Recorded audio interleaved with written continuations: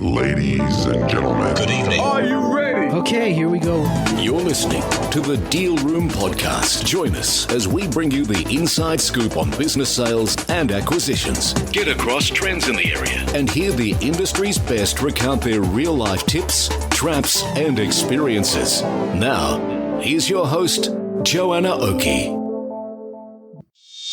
Hi, it's Joanna Oakey here and welcome back to the Deal Room Podcast, a podcast proudly brought to you by our commercial legal practice, Aspect Legal. Now, today we have the second part of our two-part series talking with one of our clients, Peter Hughes from Kikada Lane Dental, to bring you the real story of being in the middle of a transaction and discussing a different take on aggregation models. Now, if you haven't heard part one, highly recommend you head back to your podcast player and go to the episode just before this one and seek out part one of this two-part series.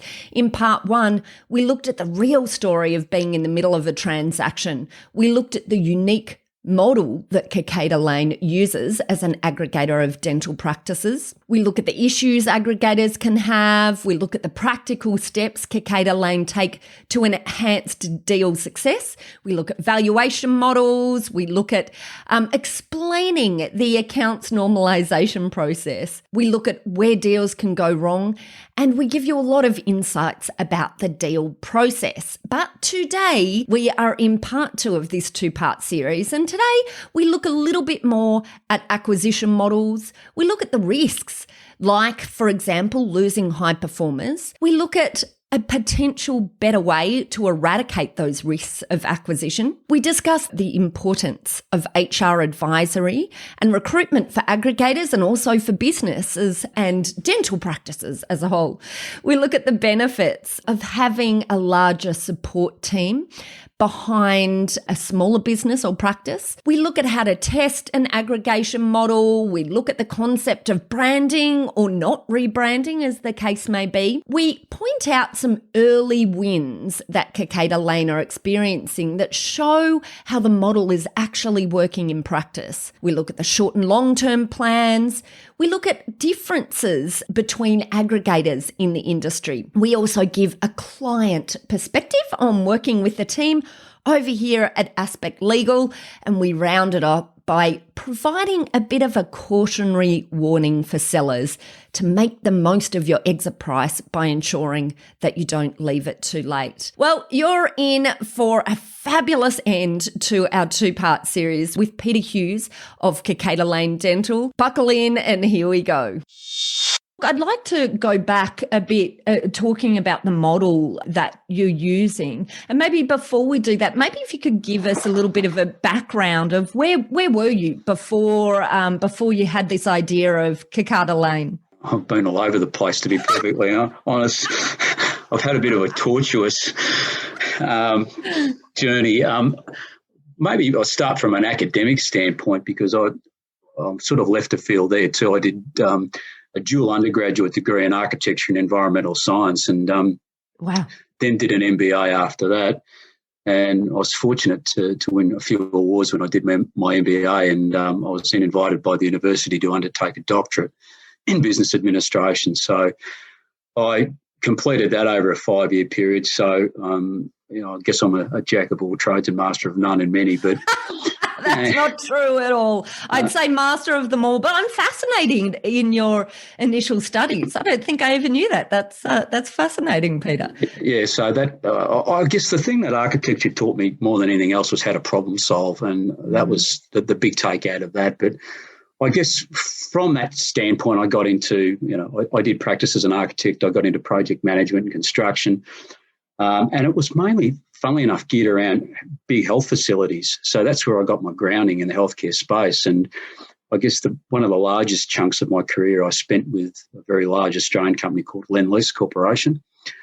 And I was there with them when they become, from a standpoint of them being a big Australian company and going on to become a big multinational and global enterprise. And I spent 11 and a half years with them, and I started off in a business development role, and I ended up as the CEO of their global healthcare business. And I spent 3.5 years my time with them working in the United States, living and working in the States. And I was fortunate enough that I worked with some of the real big names over there, like Mayo Clinic, Johns Hopkins Medicine, Harvard Health, Mass General, UCLA. So I got some fantastic exposure into what was happening at the cutting edge in healthcare, and particularly around technology and how technology was going to impact patient treatments from a number of different standpoints. So it was a big, lumpy business that I had. I had projects all around the world. Even back then, 20 years ago, a lot of those projects were valued at well over $1 billion back then. So there was a lot of pressure, but it was a real, I guess, point in the sand for me from a career standpoint, because I learned so much during my time at Lendlease. And I guess I came back to Australia after my time with them and did some turnaround assignments in some large research facilities. Did a big project for Epworth Healthcare down here in Victoria and built a new hospital in Box Hill, and became the operational CEO of that hospital. And that was, again, a very interesting project. Even though I'd constructed a whole heap of them, I'd never really run one from that standpoint. So, again, I learned a lot. But I always had this penchant of wanting to form and run my own businesses. And back in 2005, I formed this group called the Akira Medical Group. And we had two operating divisions. One was fairly much a property-based division where we built, owned and operated large-scale integrated healthcare facilities or medical clinics, and we populated them with an array of diagnostic and allied health practitioners to service the needs of GPs who are diagnosing patients in their surgeries with westernised disease states such as obesity, sleep apnea, diabetes, etc. And we created this platform where we could put all the inputs from a patient visit into one record and send it back to the GPs and sequentially schedule those appointments. So it really made it easy for the patient to come to one destination and have a number of matters fulfilled in one visit. And the other part of that business was a dental business. And so and that was fueled primarily because we had clinics, dental clinics in our medical facilities, and I didn't think they were run very well. And so I thought I can do a better job than this myself. So I formed my own dental division and then set about acquiring practices around the country. And we received an investment into that side of the business from a large private equity group that really kicked that along at a rate of knots. And so that's how I really got into the healthcare space in a big way, and particularly into dental. And that business still runs today and is still successfully trading today. But I, again, spent about another 11 and a half, 12 years building that business. And I got to the point where I thought I really wanted to do a few other things. And that, again, I didn't feel I had the model 100% right in that business because of the sustainability and continuity of earnings position. And what was that model at Akira? That was a model where we acquired 100% of practice, and we had the principals on an earnout anywhere between usually a 2, 3, 4, 5 year period, and pending the size of the transaction and the parameters around that transaction. But at the end of that earnout, the principal could effectively just get up and walk away. And there were exclusion zones and restraint areas geographically, but when you lose a high performer, it can really put a significant dent in the business. So I thought there was a better way of eradicating that risk to a business by creating a more of a partnership model with the principals and incentivising them the whole way through the journey. Even up, if we create another exit or liquidity event, it will give them the incentive to keep performing and growing revenue up to that point and even beyond that point, because I have such a strong investment, whether that be in a listed company or a larger group. Yeah, really, I guess giving the incentive because they're participating in, the end benefit to everyone, I guess, the end growth. And so was there anything else that you learnt from that period where you're undertaking all those acquisitions with Akira? So one was, this element of the model, but what else did you learn over that time? I learned that a lot of dentists love the craft and the practice of dentistry, but really don't like some of the back end things that have to occur to support the practice. And one of the big bugbears is HR issues and recruitment. And so I really learned during my Akira days that you must have a very strong and well-rounded HR advisory and recruitment component to your business to be able to support the practices and the principles. And we have that now. And I felt it was a failing of my last business that we didn't have that sort of strength to support the practices. And a lot of aggregators will say that they've got it, but I know a lot of them haven't. And we demonstrate what we've got just about every day to our principles, and I think it's a real strong point. And the other things are, the financial reporting and the payroll management, keeping up with changes in award rates for staff, IT issues, the landscape changes so significantly, so quickly, equipment issues, support for CapEx and new technology. So I think there's a lot of elements there that, if you've got a solid corporate group behind you, can really help you run a very efficient practice. And I think coming back to the HR standpoint, one of the things that I've really learned is you need to have the appropriate structure from a human resource standpoint within the practice. So we've found a lot of practices are overstaffed. They don't have their staff on the right sort of contracts or agreements. And so their labour rates are excessive, and it really hurts the profitability of the practice. And just with a few tweaks here and there and a bit of restructuring, we can create a far greater and more efficient use of resources. And I guess finally, one of the things that you do get from critical mass is procurement efficiency, and you can certainly leverage suppliers, particularly around consumable products and laboratory prosthetics to a significant degree, and you can create mass savings through the group that can be passed down through the practices. So, and you only get that from size and the relationships you build with your suppliers. I just, I love it. I love anything that's a new model and a new way of approaching things. But, I particularly love, the model that you're talking about here, doing something a bit different. But did you have to, how did you test the model? How did you know that this was a model that was going to work? A good question. Before I even sat down to write the formal business plan for this, I actually consulted with about 30 to 40 dental practitioners, some who'd been acquired by corporates, some who were running standalone practices, some that were in advisory roles. And I just canvassed what I was attempting to do and asked them, one, do you think this would work? Is it a good idea?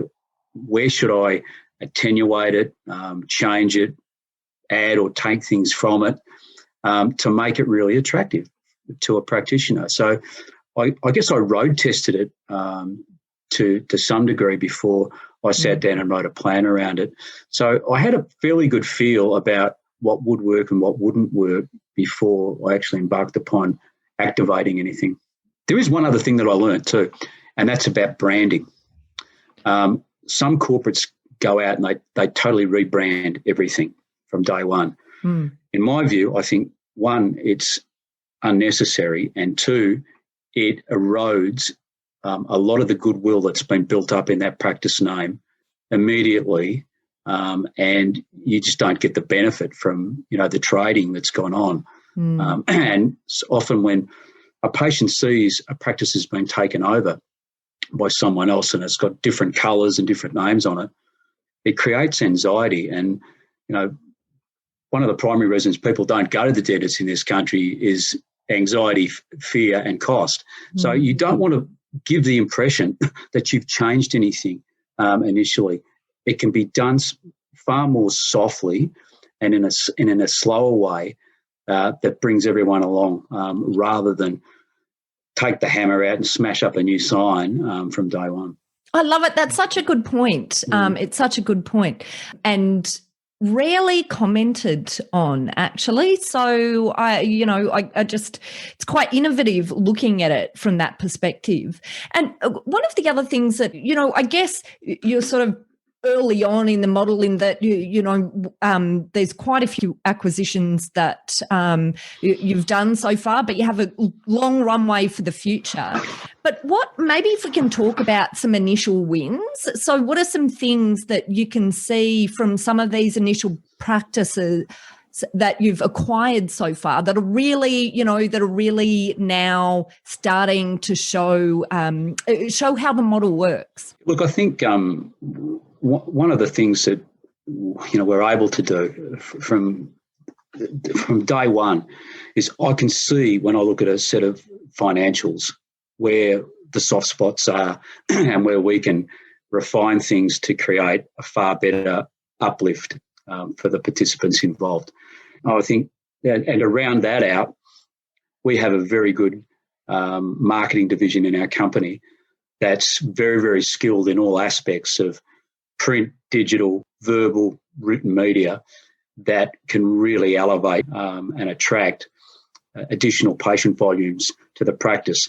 And we devise programs that are site-specific around specific spheres of dentistry, or they can be umbrella policies that we put across the whole group and make available to everyone. But I think that's another area that obviously a dentist owner may not have a lot of skill in, but it's something our team does, and it complements all the other things that we do in the practice. So in terms of early wins, we've been able to acquire practices at an agreed maintainable EBITDA, and we've been able to substantially increase that number even within a 12-month period just through some rational thinking and some application of marketing, etc., that's created no stress, no drama on the principal, apart from the fact that they might need to hire another dentist or another hygienist or OHD to cope with all the new business. The new business is coming in. So, but we do that anyway for them. So right. Yeah.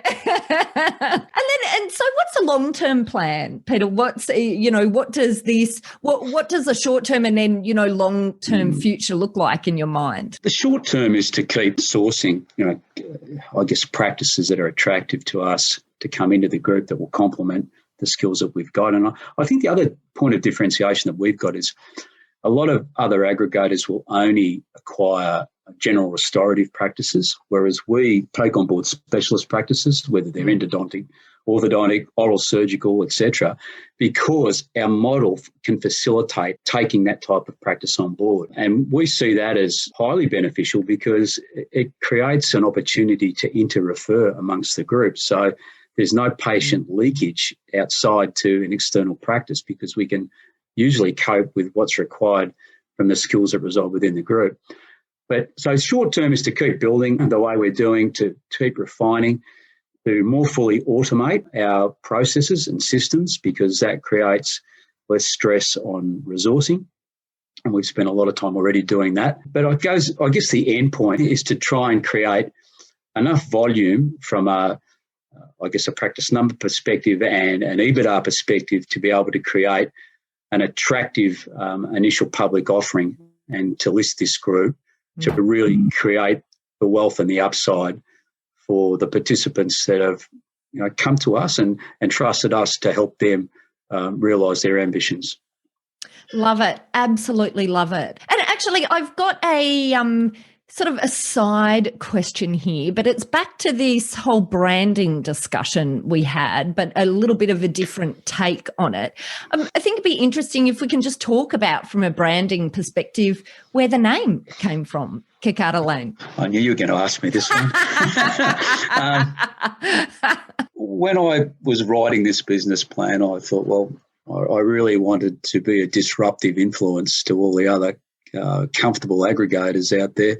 Love it. And to create something that was a little bit different. So create a bit of noise in the industry. And I thought, well, what's a noisy, annoying thing? And I've often sat out in my backyard in summer and listened to cicadas, and they just, are in your ear while you're sitting there trying to have a quiet drink and a conversation. And I thought, I don't think I could actually call the company Cicada. So what's something that sounds like cicada? And that's how I came up with Kikada. And obviously the last three letters of Kikada are ADA, which is Australian Dental Association. Not that I'm stealing anything from them, but and then I thought, well, with Kikada, I really want to go on a new journey. So how do you travel somewhere? Well, you either go on a road or you go a laneway. So I tacked the name Lane onto the end of it. So I created something that I guess had some meaning to me, but also was trademarkable. I was going to say, like you just nailed it, Peter, in terms of a trademarkable, protectable mark, which yes. Which is important, because there can be, in this industry, many industries, a habit of picking names that are fairly generic and descriptive. I just love it when people go against the grain and come up with something that's creative, Peter, very creative. Well, here's a lesson I learned from a communicational marketing expert, and because I thought up the name Akira too when I was there, and everyone asked me where that came from, and I just said I dreamed it up, and there was no story behind that. But the thing that this communicational consultant told me, he said, if you can use the letter K in a name and keep it short, people remember it. Wow, I didn't know that. Yeah. And we might have to rebrand, Peter. Alpha, not you. You've obviously got it. I've got 2 Ks in mine. Yeah, but that resonated with me. So yeah. Fascinating. I've heard a lot in marketing. Never heard that one. I love it. Love it. Okay, yeah. K and keep it short. There you go, listeners. You've got some trademark branding tips here today as well. There you go. That's right. Okay, I love it. I love it, Peter. I love what you're doing. I love being on the journey with you. And I love someone who enjoys creating the process and innovating it with me as well, because I'm big into that side of things. But yeah, I love where you're going, and I just really wanted to dig into this story today. And I think what we might even do is we'll have you back in 12 months' time and we'll do a recap. Where are we at now? And hopefully down the lane a bit further. Down the lane, yes. I love it. And maybe a bit of a different year to 2020. Yeah, let's hope so. Look, I'd just like to give you a plug too, Joe. I mean, you have come on the journey with us, and for anyone out there, the Aspect Legal team is an absolutely excellent law firm to work with. They're very responsive, very supportive, and their work's exemplary. So there's a shout out for you. Oh, Peter, that's so sweet. I wasn't, well, look, that's just really sweet. Thank you.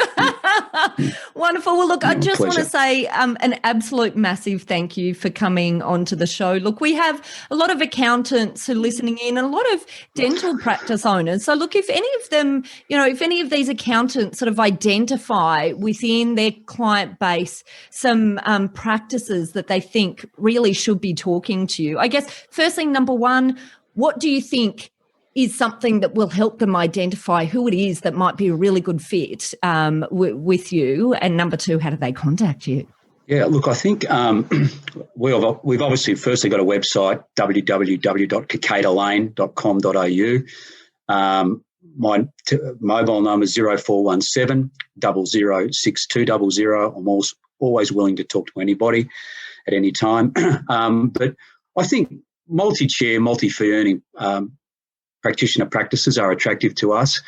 But I think one of the cautionary things I would suggest to anyone out there thinking of selling or being acquired is to not leave it too late, because you don't want to leave it to the point to you reach retirement and then there's nothing there at the end for anybody. We find the best practices for us are the ones where the practitioners are in the prime of their career. They've got 20 years of work in front of them, real fire in the belly to want to perform, and they just go gangbusters. So they're the ones that are really great for us. Brilliant. Absolutely love it. Wonderful. And we'll put a link in our show notes Of course. So if you're running along the beach or doing whatever you're doing, you're listening to this podcast, you can just click into the links and you'll get through to Peter or Kikada Lane and the team to express your interest. So Peter, once again, I just want to say an absolutely massive thank you for giving up your time to come to chat to us today on the podcast. I loved it. I hope you had a bit of fun too. I did. It's a pleasure. Well, that's it for our two-part series, all about taking a different look at aggregation models with our client, Peter Hughes of Kikada Lane Dental. Now, if you'd like more information about this topic, just head over to the show notes or to our website at thedealroompodcast.com, where you'll be able to download a transcript of this podcast episode if you'd like to read it in finer detail. There you'll also be able to link through to Peter Hughes and Kikada Lane Dental. And of course, you'll also be able to find details of how to contact our lawyers at Aspect Legal if you or your clients would like to discuss any legal aspects of sales or acquisitions. And finally, if you have enjoyed what you heard today, then don't forget to press subscribe on your favourite podcast player and maybe even consider popping over to Apple Podcasts and leaving us a review. Well, that's it. Thanks again for listening in. You've been listening to Joanna Oakey and the Deal Room Podcast, a podcast proudly brought to you by our commercial legal practice, Aspect Legal. See you next time.